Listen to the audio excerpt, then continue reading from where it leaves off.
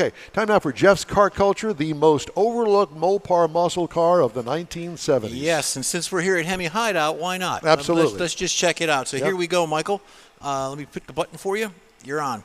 So the early 70s were stacked with legends. You had Plymouth Roadrunner, you had Chargers lighting up the street, Cudas prowling the strip, and Challengers flexing their serious muscle. If it had a Hemi, it got attention. If it looked mean and sounded louder, it probably sold well. But somewhere in all that Mopar noise, one car got unfairly lost in the mix. The reason it got overlooked was timing. This car showed up when the party was just starting to wind down. The Plymouth GTX had already been around for a few years. By 1971, originally positioned as a gentleman's muscle car.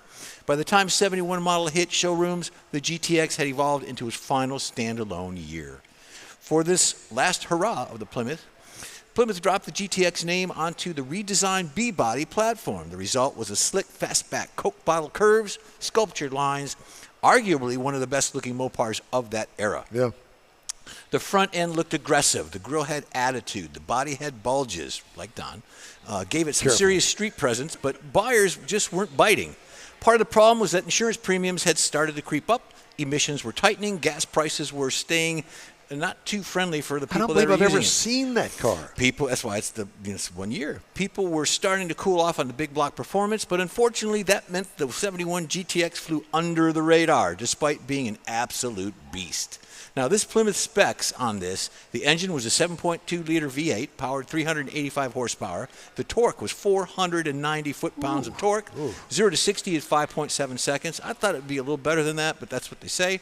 Under the hood, the GTX buyers could option up to a mighty 440 cubic inch V8 with a 6-barrel carburetor setup.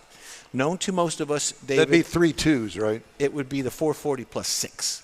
The 440 plus 6 used three 2-barrel Holley carburetors to create a flow of fuel at the air-made 385 horsepower.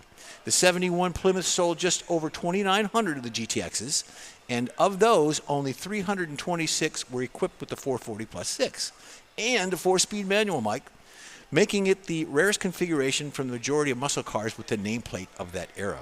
To put that into perspective, David, Dodge sold about 10,000 Chargers that year. Chevy moved tens of thousands of Chevelles. So there's a big difference, big variance there.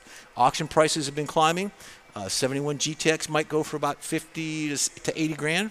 A properly restored 440 plus 6 version can easily clear 150. Ooh. So, get your money together. As Haggerty put it, in good condition is a whopping 166,000. 71 buyers could spec it out with a grabber hood, vacuum-operated scoops that popped out under the throttle, a little bit more intimidation.